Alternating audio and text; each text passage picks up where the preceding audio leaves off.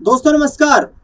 14 अप्रैल को अखिलेश मायावती की बड़ी रैली। जी हां, इस खास विषय पर चर्चा करेंगे कि उत्तर प्रदेश में होने वाले विधानसभा चुनाव की बिसात जो बीत चुकी है, उसके लिए 14 अप्रैल का दिन जो है वो उत्तर प्रदेश की राजनीति में बेहद खास होने वाला है।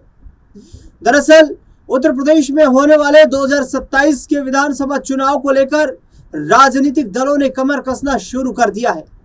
इसके साथ साथ अंबेडकर के सहारे दलितों के दिल में उतरने की सियासी दलों ने रणनीति भी बना ली। 14 अप्रैल के दिन बाबा साहेब भीमराव अंबेडकर की जयंती देश भर में मनाई जाती है, लेकिन इस बार यानी 2026 में यूपी में ये 14 अप्रैल राजनीतिक तौर पर बड़ा खास होने वाला है। यूपी में 14 अप्रैल को मायावती की बड़ी रैली होगी। अखिलेश यादव की समाजवादी पार्टी भी बड़ा आयोजन करने जा रही है। दूसरी ओर पीएम मोदी पश्चिमी यूपी के सहारनपुर में रैली करेंगे। कांग्रेस ने सभी 75 जिलों में आयोजन करने का ऐलान कर दिया है। इसके साथ बसपा सुप्रीमो मायावती और समाजवादी पार्टी नेता अखिलेश यादव ने भी बड़ा प्लान तैयार किया है। आखिरकार अखिलेश यादव और मायावती की रणनीति क्या होगी, चर्चा करेंगे, लेकिन उससे पहले पीएम मोदी ने संभाली है पश्चिमी उत्तर प्रदेश की कमान। प्रधानमंत्री नरेंद्र मोदी 2027 की चुनावी पिच पर विजयी पारी खेलने के लिए पश्चिमी यूपी में लगातार बैटिंग कर रहे हैं। वह 2 महीने में तीसरी बार पश्चिमी यूपी में बड़ी रैली करने जा रहे हैं। इस बार ये बड़ी रैली दलितों के गढ़ कहे जाने वाले सहारनपुर में आयोजित की जाएगी।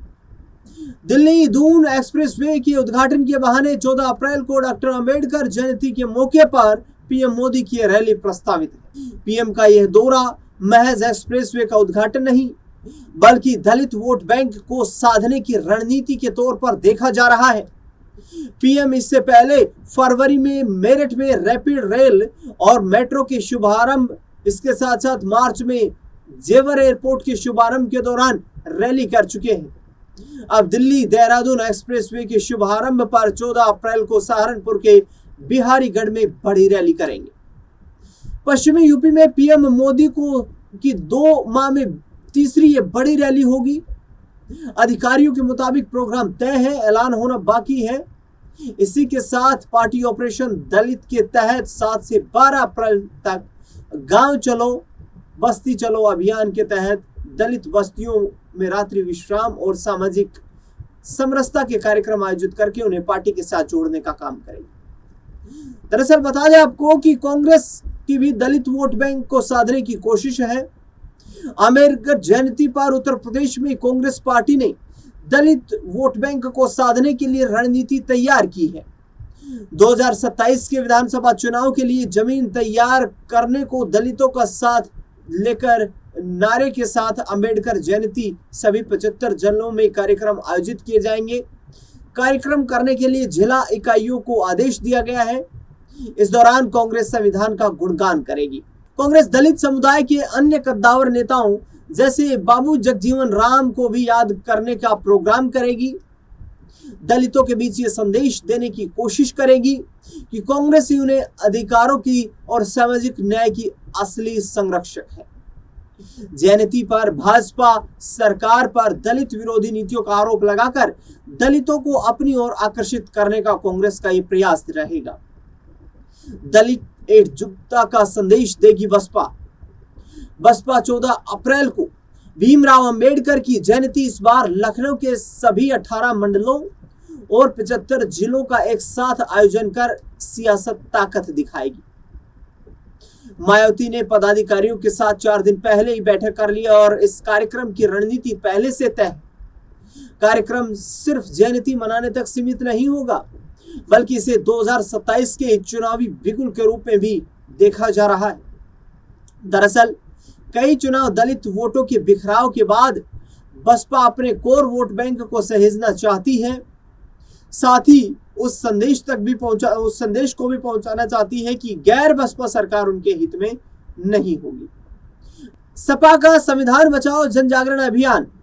समाजवादी पार्टी के राष्ट्रीय अध्यक्ष अखिलेश यादव ने बीते शुक्रवार को ही भीमराव अंबेडकर जयंती को गांव-गांव तक मनाने और संविधान बचाने के लिए जन जागरण अभियान चलाने का ऐलान किया है। पार्टी का प्लान सेक्टर और गांव स्तर तक व्यापक रूप से इस जयंती को मनाने का प्लान है। सपा प्रमुख वर्करों को कह चुके हैं कि अंबेडकर जयंती को सामाजिक एकता और जागरूकता का अभियान बनाएं। 2027 में समाजवादी पार्टी सामाजिक न्याय और को सर्वोच्च प्राथमिकता देगी। इसके अलावा अन्य छोटे दल और सामाजिक गठबंधन भी जयंती पर बड़े आयोजन करने जा रहे हैं। चंद्रशेखर की एसपी पूरे प्रदेश में रैली करेगी। अंबेडकर जयंती पर उत्तर प्रदेश में आजाद समाज पार्टी काशीराम का मुख्य उद्देश्य दलित, पिछड़े और अल्पसंख्यक समुदाय बहुजन को संगठित कर अपने राजनीतिक ताकत का प्रदर्शन करना है, ताकि 2027 के विधानसभा चुनाव के लिए जमीन तैयार की जा सके। इसलिए पार्टी 14 अप्रैल को पूरे प्रदेश में रैलियां और गोष्ठियां करने वाली। जयंती को समानता दिवस के रूप में मनाते हुए संवैधानिक अधिकार बचाओ, भाईचारा बनाओ आयोजन करके जनता से जुड़ने का पार्टी काम करेगी। पार्टी बूथ, सेक्टर और ग्राम पंचायत स्तर पर जयंती के आयोजन से अधिक लोगों को पार्टी से जोड़ने पर भी विचार करेगी। दरअसल ये एक ऐसी रणनीति है उत्तर प्रदेश की राजनीति में 2027 के विधानसभा चुनाव को देखते हुए जिसे हर कोई भुनाने का प्रयास करेगा। उत्तर प्रदेश एक महत्वपूर्ण किला है। 2024 के लोकसभा चुनाव में बीजेपी को बड़ा झटका लगने के बाद बीजेपी की तरफ से प्रधानमंत्री, उनके सर्वोच्च लीडर प्रधानमंत्री नरेंद्र मोदी ने संभाल रखी है। बीजेपी को बड़ा झटका लगने के बाद पीएम मोदी पश्चिमी उत्तर प्रदेश को अपना विशेष गढ़ बनाए रखना चाहते हैं, भाजपा का गढ़ बनाए रखना चाहते हैं और इसी पश्चिमी उत्तर प्रदेश के दम पर 2027 में फिर से यूपी में सरकार की वापसी करना चाहते हैं। लेकिन दूसरी ओर 403 में से 84 ऐसी विधानसभा सीटें हैं जो आरक्षित सीटें हैं, जहां पर फोकस सीधा मायावती का है। 84 सीटों पर मायावती पूरी ताकत झोंकने का प्रयास इस 2027 में करने वाली है, क्योंकि उत्तर प्रदेश से पार्टी का सियासी जनाधार लगभग समाप्त हो चुका है।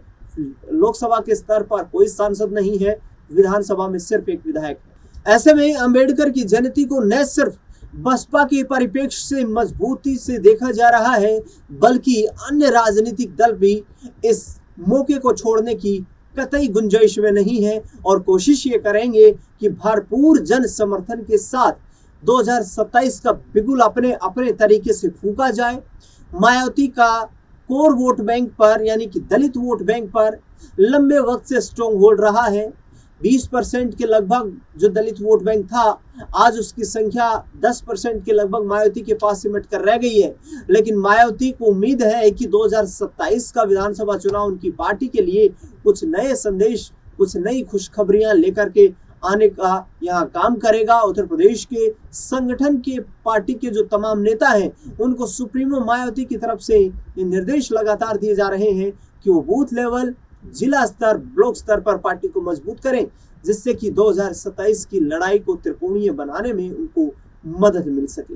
देखना बेहद दिलचस्प रहेगा। एक तरफ अखिलेश यादव का पीडीए, दूसरी तरफ बहुजन समाज के नाम पर मायावती और चंद्रशेखर आजाद, कांग्रेस पार्टी दलित संरक्षकों के नाम पर, तो वहीं भारतीय जनता पार्टी कहीं ना कहीं बड़ी रैली का आयोजन करके इस दलित वोट बैंक को अपनी ओर लुभाने का प्रयास करेगी।